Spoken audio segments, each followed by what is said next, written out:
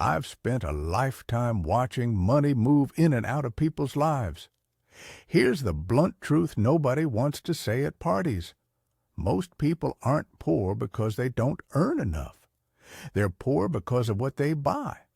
Spend money on the wrong things, repeat the mistake for decades, and no salary will rescue you. Today, I'll call out the 5 wealth destroyers you must avoid if you want to get rich, and I'll show you the math, plain and simple, so you can see how small choices add up into freedom or into chains. I'll be direct. Each of the 5 sections follows the same pattern. I'll name the destroyer, explain why people do it, give a concrete example with numbers, offer a practical alternative, and finish with a short takeaway. The numbers are illustrative. When I use a 10% annual return, that's for comparison and compounding clarity, not a promise. If you want the exact calculations and tables I used for these examples, hit subscribe and come back for the downloadable worksheet I'll put together. 1. New cars. People buy new cars for the obvious reasons: status, the smell, the warranty, and the illusion that a new payment equals progress. Banks will happily lend you what you qualify for. That's how they make money. The problem is, the asset you buy with the loan is a rapidly depreciating appliance. Here's the math on a typical scenario. Suppose you buy a $40,000 new car and finance it. After taxes, fees, and dealer add-ons, let's say the financed amount is roughly $42,000. New cars often lose 20–30% of their value in the first year and roughly half their value in 5 years. But let's keep the arithmetic simple and conservative. Example illustrative: $40,000 new car. 5-year depreciation brings value down to about $20,000. You paid interest on the financed amount. Assume a modest 4% on an auto loan. So your total outflow, including interest and fees, might be around $45,000 over 5 years. Net loss in asset value plus financing cost sits around $25,000, $30,000 in 5 years. Now imagine instead you buy a reliable used car for $15,000 in cash and invest the difference in low-cost funds. If you took the difference, $25,000 saved at the time of purchase, and invested it using a simple illustrative annual return of 10% compounded annually, in 30 years, that $25,000 becomes roughly $436,000. This is an illustrative calculation using 10% annual growth. That's the power of opportunity cost. One decision, buying new rather than buying used and investing the difference, can alter the trajectory of your lifetime wealth. Practical alternative: buy a well-maintained used car, pay cash, keep payments low or zero, and invest the freed-up cash flow. Drive the car until it becomes uneconomical to repair. Treat a car as a tool, not a status symbol. Takeaway: new cars cost a lot more than the sticker price. Think depreciation, financing, insurance, and opportunity cost. Stop treating cars as assets that will make you wealthier. 2. Houses that are too big for your income. Banks will calculate the maximum mortgage you can afford and happily offer it. They see your income, your credit, and they'll approve a payment that fits a formula. That does not mean that loan makes you wealthy. In fact, oversized housing is the stealthiest wealth destroyer because it hides itself inside what most people consider smart financial behavior. Buying a home. Rule of thumb: a sensible house cost is often 2.5 to 3x your gross annual income. Anything meaningfully above that number increases your monthly carrying costs. Mortgage, taxes, maintenance, heating and cooling, and the psychological pressure to earn more to sustain the lifestyle. Those extra costs mean less money invested and fewer years compounding. Example, illustrative. Imagine two families. Family A buys a house priced at 3x their income of $100,000, $300,000. Family B buys at 5x income, $500,000. The difference in monthly mortgage payment, taxes, utilities, and maintenance can easily be $1,500 a month. Let's be conservative and say the difference is $1,200 per month in extra housing costs for the larger home. That's $4,400 per year. Now take that $14,400 and invest it instead. Using the same illustrative 10% annual compound return, after 25 years, that extra money grows to about $101,000. Yes, over $1 million in this hypothetical example. The house didn't make you wealthier. The extra house took money out of your pocket and sent it to the people who sell status. Practical alternative: buy a modest, well-located home that you can pay for without stretching. Keep housing cost under a conservative multiple of your income. If you want a nicer place someday, buy it with saved capital or after your investments have grown, not by stretching when your earning power is still building.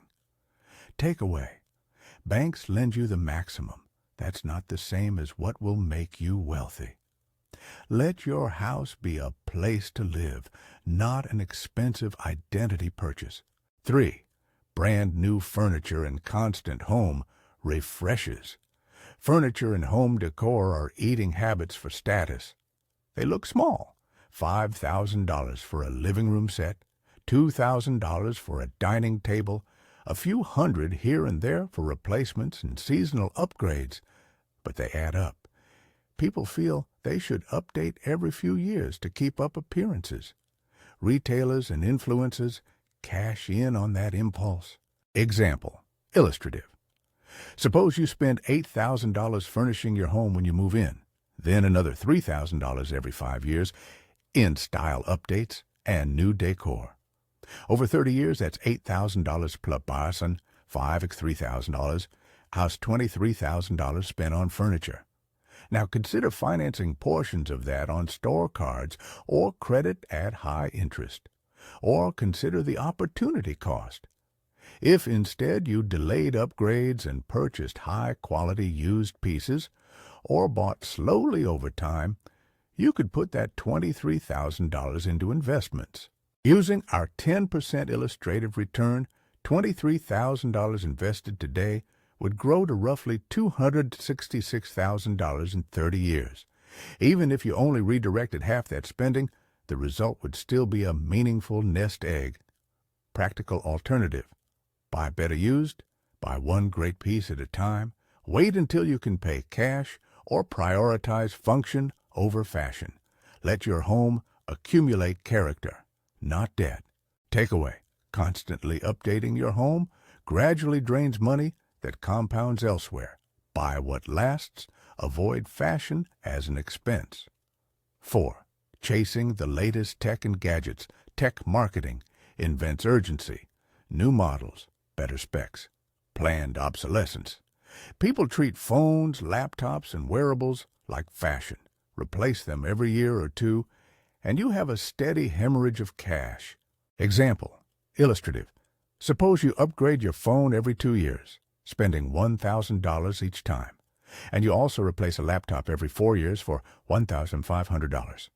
Over 30 years, that's about 15 phone purchases, $15,000, and around 8 laptops, $12,000, $27,000 total, before accessories and subscriptions. If you instead bought phones every 5 years, purchased used, or bought a modest model and kept it twice as long, you could save the majority of that sum.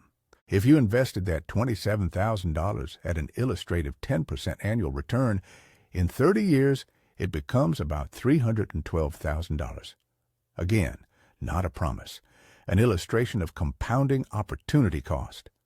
Practical alternative: delay upgrades, buy the model that meets needs not status, keep devices longer, and buy refurbished when appropriate. Avoid financing tech on revolving credit. Takeaway: upgrading tech frequently looks small, but compounds into a real loss of opportunity over decades. 5. Luxury experiences beyond your means, funded with credit. I'm not arguing against travel or memorable experiences. I'm arguing against taking on debt and using scarce capital to chase bragging rights. A week-long luxury vacation paid with credit or high monthly payments can set you back years of retirement saving. Example, illustrative. Let's say a family spends $8,000 on a luxury trip and charges it to a credit card at 18% interest, paying $200 a month. Interest and long repayment schedules inflate the cost. The true outflow over time might reach $10,000 or more. Worse, when you divert $200 a month from savings into travel payments, you lose out on compound growth. Using the 10% illustrative return, $200 per month invested instead for 30 years grows to about $574,000. Even if that's an aggressive example, you see the point. Monthly cash flows redirected to debt repayment or luxury-reduced compounding. Practical alternative: plan experiences within your means, save in advance, use cash, and accept lower-cost but memorable options. Road trips, off-season travel, or local explorations that cost less and still create memories. Takeaway: experiences are valuable. Debt-funded experiences are destructive. Pay in cash and design memories without mortgaging your future. Aggregate the damage and the opportunity. Here's where the math starts to feel like a lever. Each of these destroyers looks like a single decision. Combined across a lifetime, they compound into enormous sums. Let me walk you through an aggregate illustrative example to show how discipline compounds. Aggregate illustrative scenario. Across a working life, someone repeatedly chooses the expensive option in each category. Over 30 years, they spend $25,000 extra on new cars instead of used and invested savings. See Section 1. $14,400 per year extra on housing.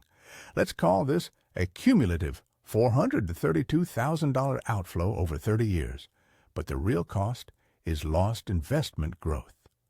$23,000 on frequent furniture refreshes, Section 3, $27,000 in fast-tech upgrades, Section 4, and $20,000 in credit-funded luxury trips, Section 5.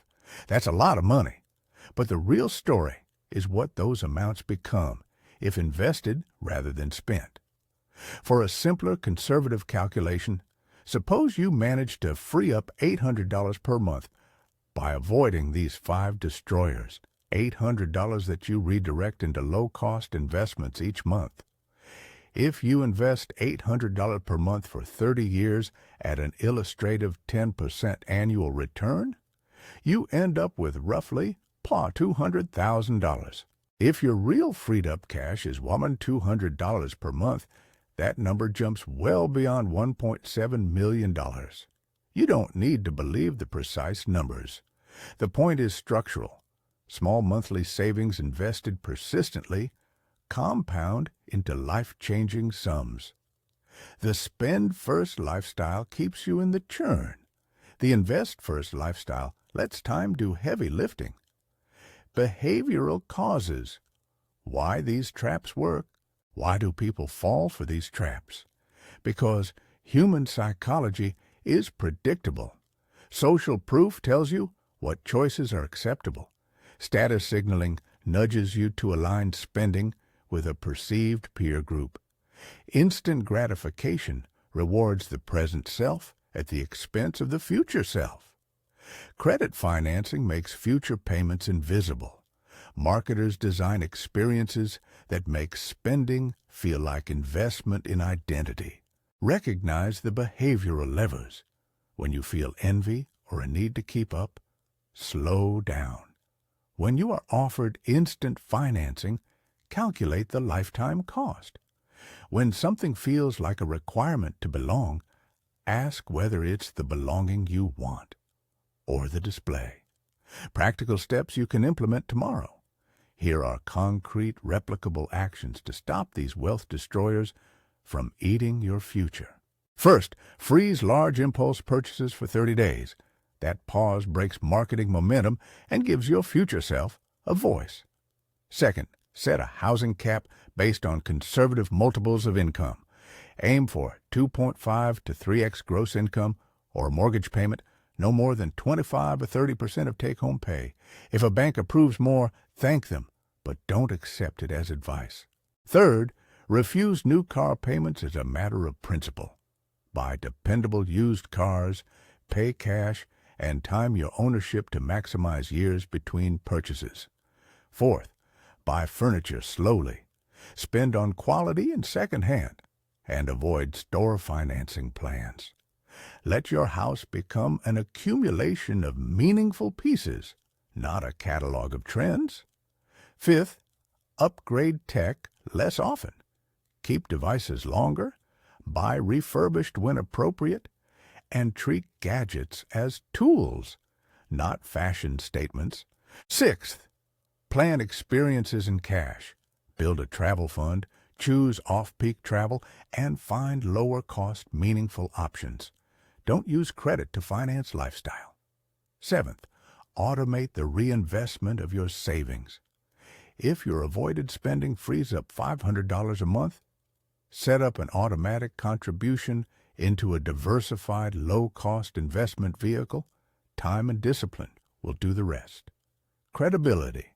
Why I say this, and Warren's similar instincts. I say this with the impatience of someone who's watched the same decisions play out repeatedly. I've seen high earners who carry mortgages, car payments, and constant lifestyle inflation that outpace income growth.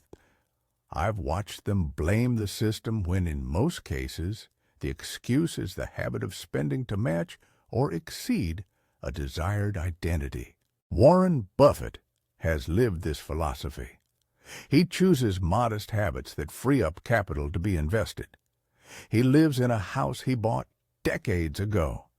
He drives a sensible car.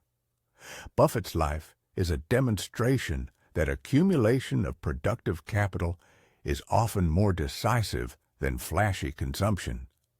I'm not lifting him as a moral pedestal. He's a practical proof that restraint compounds. Don't confuse frugality with stinginess. Frugality is the discipline to spend intentionally so you can have meaningful freedoms later. It's not punishing yourself. It's choosing real leverage, the hard, liberating truth. If you want freedom, you must choose it. That means saying no to prevalent illusions about what wealth looks like. The people who become rich aren't always the highest earners. They are the patient, the disciplined, the ones who allow money to work for them rather than spending every pay increase on an ever higher standard of living. If you want a simple checklist to start, 6 months of expense tracking followed by 3 immediate cuts. Delay the next car upgrade, set a lower housing target for the next move, and stop financing furniture on cards. Redirect those payments into investments. Test it for 1 year. If nothing else, you'll know more about where your money goes. Final exhortation and what to do next. The 5 wealth destroyers you must avoid are predictable, preventable, and reversible. They are 1. New cars. 2. Houses that are too big for your income. 3. Brand new furniture and constant home refreshes. 4. Chasing the latest tech. And 5. Luxury experiences paid for with credit. Each one alone chips away at your future. Together, they can deny you decades of compounding gains. You don't need to be extreme. You need to be different from the crowd. You need to delay gratification, redirect the freed cash into investments, and let compounding do the heavy lifting. Make the small decisions daily that lead to late life freedom.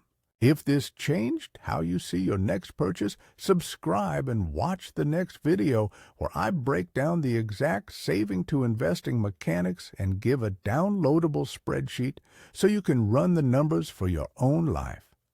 Start with one change this month, delay an impulsive buy, and put that money to work instead. It won't feel dramatic at first. That's by design. Wealth is boring at the surface and explosive in results over time. Live below your means. Be patient. Invest the difference. That's the strategy that beats noise, status, and short-lived approval. It's the path to real freedom.